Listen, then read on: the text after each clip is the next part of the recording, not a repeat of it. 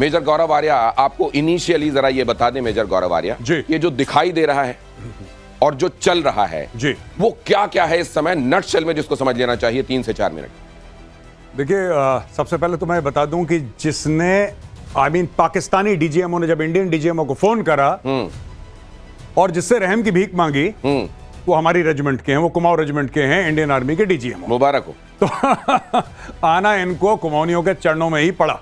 चलिए, बढ़िया चीज है। अब इसमें क्या है कि दिनेश जी, ओवरऑल एक पर्सपेक्टिव है। नाउ पर्सपेक्टिव क्या है? पर्सपेक्टिव ये है कि इंडो पैसिफिक की बात कर रहा है अमेरिका, और अमेरिका ने यह बोला है कि अब सीजफायर करिए। अब देखिए, अमेरिका की प्रॉब्लम क्या है कि रूस और यूक्रेन का पूरा सीजफायर नहीं हो पाया, पहली चीज। इजराइल और हमास का कुछ कुछ हो गया है, लेकिन वहां पे भी छुट छुट चल रहा है मामला। यह अमेरिका के लिए बहुत परेशानी वाली बात है। और अमेरिका भारत को यह कह रहा है कि छोटे मोटे चक्करों में मत पड़ो, ये पाकिस्तान जैसे कीड़े मकोड़ों के चक्कर में आप क्यों पड़ रहे हो? आपके सामने एक बहुत बड़ी चुनौती है चाइना, और वो हम दोनों की चुनौती है।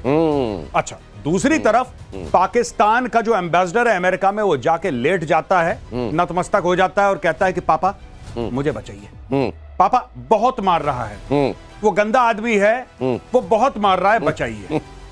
अब ये सारी की सारी जब चीजें हैं, और आपको एक बात पता है, एक दिन पहले आईएमएफ का लोन क्लियर होता है $1 अरब का, 2.3 का टोटल, 1 अरब की किस्त होती है। अमेरिका ने इसी शर्त पे उसको लोन दिया है कि भैया देखो, ये बात पहले से चल रही थी, लेकिन ये लोन रुका हुआ था। ये बात पहले से, ऐसा नहीं कि कल लोन की बात हुई, ये बात पहले चल रही थी, लेकिन अमेरिका ने साफ तौर पे बता दिया कि अगर तुम्हें पैसा चाहिए तो पापा को कॉल करो, पैसा चाहिए तो पापा को कॉल करो, और ये जो कर रहे हैं उसको बंद करो, और पहले तुम्हारे डीजीएमओ को बोलो कि वो उधर फोन करे और वहां पर स्थितियां सामान्य करे तो तुमको पैसे देते हैं जी। तो एक भिखमंगे देश को, जिसको बहुत जल्दी से भीख की जरूरत थी, वो वरना बहुत दिनों तक सरवाइव नहीं कर पाता, उसने तुरंत इसके लिए वो राजी हुआ। हालांकि उसको जितने थप्पड़ मारे जाने चाहिए थे उसकी मौजूदा स्थितियों की वजह से, पहलगाम में जो उसने किया उसकी वजह से वो पढ़ रहे थे और पढ़ते जा रहे थे, सफिशिएंट उसको मारा जा चुका है। कर्नल शैलेंद्र भी मेरे साथ यहाँ चर्चा में जुड़ रहे हैं। यहाँ आपने देखा भारत को लेकर पाकिस्तान लगातार मिस इन्फॉर्मेशन भी फैला रहा था, उसका प्रोपेगेंडा भी चल रहा था, और इस सब को ध्वस्त करते हुए भारत ने उसको वो चोट दे दी है 3 दिनों में, जो उसको न जाने कितने सालों तक सालने वाली है। और साथ में ये भी कि अब एक बड़े पर्सपेक्टिव को लेकर भारत अब आगे बढ़ेगा। वो बड़ा पर्सपेक्टिव क्या है? वो बड़ा पर्सपेक्टिव क्या इंडो पैसिफिक है। एक तो इंडो पैसिफिक, देखिए, एक न्यू नॉर्मल सेट हो गया। मैं 2 भागों में, आपकी अनुमति हो तो बताऊं। एक न्यू नॉर्मल हो गया है कि अगर तुम आतंकी हमला करोगे तो इसकी जवाब फिर कन्वेंशनल होगा, और हो सकता है कि तुम्हारे सैन्य ठिकानों, देखिए सैन्य ठिकानों पे बम मारना वो एक अलग बात है, and we have done that, number 1। और तुम्हारे आतंकी पंजाब पाकिस्तान में छुपे हो, लाहौर में छुपे हो, उनको मारा जाएगा, पहली चीज। दूसरी चीज ये है कि एक बड़ा पर्सपेक्टिव इंडो पैसिफिक, ये अमेरिका आज से नहीं, अमेरिका पिछले 3 साल से रशिया को भी समझा रहा है directly indirectly. Trump administration, Biden तो कह रहा है लड़ो, बाइडेन तो कह रहा था लड़ो, लेकिन ट्रंप हर समय कहता था कि लड़ाई बंद करो। यही ट्रंप ने नेतन्याहू को स्टोरी समझाई कि लड़ाई बंद करो, क्योंकि वो चाहता है कि अगर ये सारी लड़ाइयां बंद हो गई तो फिर पूरी दुनिया फोकस करेगी चाइना के खिलाफ। अगर ये नहीं हुआ तो दुनिया छितराई रहेगी। ट्रंप ये चाहता है, उसने देखिए टैरिफ के थ्रू बहुत जबरदस्त चोट मारी है चाइना को, वो चोट उसको भी लगी है, लेकिन उसने मारी है। और ट्रंप क्यों कर रहा है? क्योंकि ट्रंप को एक सक्सेस स्टोरी दिखानी है अगेंस्ट चाइना, एक उसको सक्सेस स्टोरी अगेंस्ट चाइना दिखानी है, और ये ट्रंप का एक बहुत बड़ा कारण इसके लिए हो भी सकता है। एक बात जरा ये देखिए, इसको जरा बिग वॉल में डालिए। ये जो कहा जाता है कूटनीति की भाषा में, जो बताया जाता है और उसके साथ साथ जो बिटवीन द लाइन्स होता है, वो बहुत महत्वपूर्ण होता है। मैं चाहूंगा ट्रंप का ये ट्वीट यहां पर डालें। आपको ये समझना चाहिए कि भारत के सामने हमेशा 2 फ्रंट्स रहे हैं, एक पाकिस्तान का फ्रंट और दूसरा चाइना का फ्रंट। जॉर्ज फर्नांडिस से लेकर तमाम लोगों ने हमेशा वक्त वक्त पर यह चेताया है कि हमारे लिए बड़ा फ्रंट कौन सा फ्रंट है, वो चाइना का फ्रंट है। अब जरा यहां देखिए, after a long night of talks mediated by the United States, I am pleased to announce that India and Pakistan have agreed to a full and immediate ceasefire.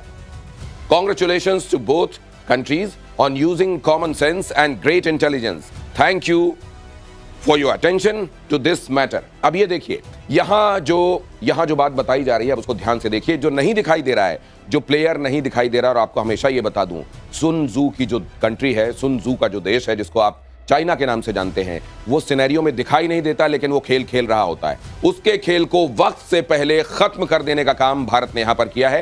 कैसे, वो हमारे एक्सपर्ट्स बताएंगे। अमेरिका की मध्यस्थता में एक लंबी रात तक चली बातचीत के बाद ये तय किया गया, लंबी बातचीत जिसमें बहुत सारे पर्सपेक्टिव्स डिस्कस किए गए होंगे। भारत जितनी तेजी से बढ़ती हुई अर्थव्यवस्था है, वो बहुत सारे देशों को बिल्कुल हजम नहीं हो रहा है, खास तौर से ड्रैगन को तो बिल्कुल भी हजम नहीं हो रहा है। दूसरी बात यह भी समझिए कि किसी वॉर में जाकर आप अपने ऑब्जेक्टिव अगर अचीव कर लेते हैं तो फिर उसमें और बने रहकर उसको ट्रैप नहीं बनने देना चाहिए। शायद भारत ने यह भी वक्त पर रियलाइज किया है। मुझे जो लगता है, जितनी मेरी थोड़ी बहुत समझ है कर्नल शैलेंद्र, कि आप जाएं, आप अपना काम करें, लेकिन वो जगह भी आपको मालूम होना चाहिए, वो पर्टिकुलर टाइम भी आपको मालूम होना चाहिए जहां आपको बुद्धिमानी का कदम उठाते हुए अपने ऑब्जेक्टिव्स अचीव होने के बाद उस जगह पर फंसे रहकर उसको ट्रैप नहीं बनने देना। जय हिंद, नमस्कार। दिनेश जी, मुझे आप एक बात बताइए, अभी तो हमने लड़ाई शुरू करी नहीं थी, अभी तक हम सिर्फ जवाब दे रहे थे। हमने अपनी वॉर ऑन टेरर डिक्लेयर करी, उसको हमने किया स्ट्राइक, उसके बदले में उसने कुछ किया, इसलिए हमें कुछ करना पड़ा। मैं आपको बड़ी जिम्मेदारी से बता रहा हूं, अगर पिछले 24 घंटे में जिस तरह की मीटिंग्स हुई हैं, उससे आपको क्या नहीं लग रहा, एक जोड़िए तारों को, आपको नहीं लग रहा आज की रात महंगाई की रात होने वाली थी? तभी आज की रात निश्चित रूप से और बहुत महंगी रात होने वाली थी। वो जो बोल रहा है ना, long night, today was a long night, otherwise I am telling you. मैं ये नहीं बोल रहा कि मेरे पास कोई ऐसी कोई खुफिया जानकारी है, नहीं। आप तारों को जोड़िए, एक चीफ एक बार मिलता है, 3 बार मिलता है, 2 बार मिलता है, 5 बार NSA 3 बार मिलता है। ये सारी चीजें क्लैरिटी से दिखा रहा है। ये लंबी रात होने वाली थी पाकिस्तान के लिए, अदरवाइज आज की रात। और ये बात क्या उन्होंने भांपते हुए, उनके DGMO ने पहले भांपते हुए फोन कर दिया? नहीं, वो तो खैर रोज कर रहा था। ये तो एक्चुअली इस बार अमेरिका को रियलाइज हुआ है कि भाई साहब ये अब बात आउट ऑफ कंट्रोल चली जाएगी, क्योंकि अगर इंडिया उनके मिलिट्री इंस्टॉलेशन, खास तौर से एयर बेसिस को, जो कल से लेकर आज तक निशाना बनाया, और वैसे तो उसको मार पड़ी रही थी, ये वहां के मिलिट्री इंफ्रास्ट्रक्चर को कितना बड़ा क्षति पिछले 3-4 दिनों में हुई?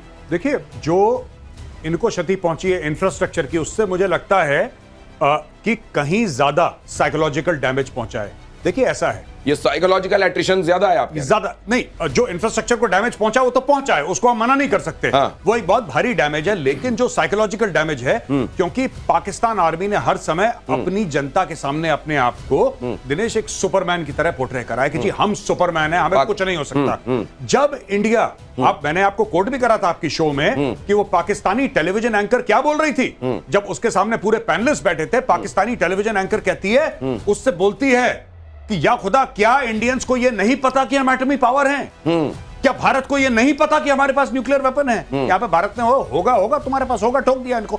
ये जो चीज थी, देखिए 2-3 चीजें हैं, मैं बता दूं। पहली चीज यह है कि पाकिस्तान का न्यूक्लियर ब्लफ नहीं काम करा, और पिछले 1 हफ्ते से पाकिस्तान में जो न्यूक्लियर चिल्लाने वाली लॉबी थी, वो बिल्कुल चुप है, न्यूक्लियर की स्पेलिंग भूल गई। दूसरी चीज, हमने ये दिखा दिया कि उनकी फौज कितनी बेबस है जब हम अपनी से उतर रहे हैं। और तीसरी चीज, हमने बता दिया कि अगेंस्ट एंटी टेररिज्म ऑपरेशन एक न्यू नॉर्मल है, कि अगर तुम टेररिस्ट कोई एक्टिविटी करोगे भारत में, तो हम तुम्हारी मिलिट्री पर अटैक कर सकते हैं। मतलब यह है कि यहां 26-11 करके चले जाओगे और यहां सिर्फ तुम्हारे लिए डोजियर भेजेंगे हम। अब ये नहीं होने वाला। अब ये होगा कि अगर यहां आतंकवादी गतिविधियों को अंजाम दोगे तो वो एक्शंस भी होंगे और वो मिलिट्री एक्शंस भी होंगे। एयर वाइस मार्शल पीके श्रीवास्तव भी आ चुके हैं। सर वेलकम, आइए। आप बोल रहे हैं, इंतजार हो रहा था। एक और खबर में अपने, आप बोल रहे हैं ना मिलिट्री एक्शन होंगे। हाँ, मिलिट्री एक्शन ही होंगे, मिलिट्री एक्शन ही होंगे, भी नहीं होगा। लेकिन सर नदी का पानी भी तो बंद है, इसलिए मैं कह रहा हूं भी होगा। और 26 जगहों को उन्होंने टारगेट किया था। ये वो तमाम जगह हैं जो मैं आपके सामने रख रहा हूं, जहां आप देखेंगे श्रीनगर से लेकर, और अगर आप बढ़ते जाएंगे आगे तो आपको जो नाम दिखाई देंगे वो गुजरात के दिखाई देंगे। जाहिर है बीच में पंजाब आता है, जाहिर है राजस्थान बीच में आता है। ये दिखाता है कि किस तरीके से न सिर्फ उन्होंने इस जगह की रेकी की थी, बल्कि यहां पर आकर कुछ जगहों को टारगेट बनाने की कोशिश की थी। लेकिन उसका जो जवाब उनको मिला एयर बेसिस पर, उन्होंने जो यहां मच्छर भेजे थे और उसके बदले में वहां पर जाकर जो बड़े बड़े बॉम्ब्स उनसे हिसाब पूछ रहे थे, उसके बारे में तो हम आपको बताएंगे। सर, हम ये चर्चा कर रहे थे, मिलिटरीली जो सबक सिखाना था वो हमने सिखाया। दूसरे, हमने जो अपना ऑब्जेक्टिव हमने जो स्पष्ट किया था कि आतंकवाद के खिलाफ प्रतिशोध हमारा होगा और वो हमेशा जारी रहेगा। मुझे लगता है ये सीज फायर, दर्शकों को कहीं पर भी कंफ्यूज नहीं होना चाहिए कि ये सीज फायर आतंकवाद के खिलाफ जो हमारा युद्ध है उसका हुआ है।